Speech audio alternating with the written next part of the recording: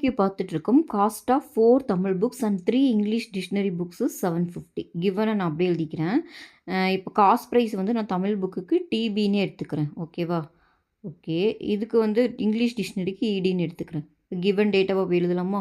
Cost of 4 Tamil book 4 Tamil book plus 3 English dictionary.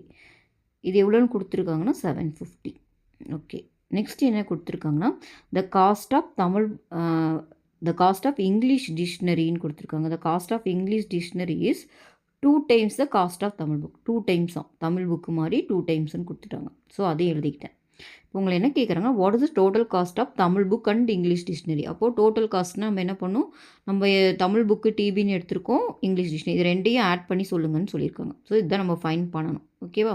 So இது ரெண்டுலேருந்து நம்ம சால்வ் பண்ணி கண்டுபிடிச்சிடலாம். இப்போ 4 TB 4 Tamil book plus 3 English dictionary வந்து 2 தமிழ் புக் ஈக்குவலாக அப்போ போட்டோன்னா 2 இன்ட்டு டிபின்னு வரும். கரெக்டாக அதை அப்படியே ஜஸ்ட்டு இடி எடுத்துகிட்டு டிபிலே சப்ஸ்டியூட் பண்ணிக்கிறேன்.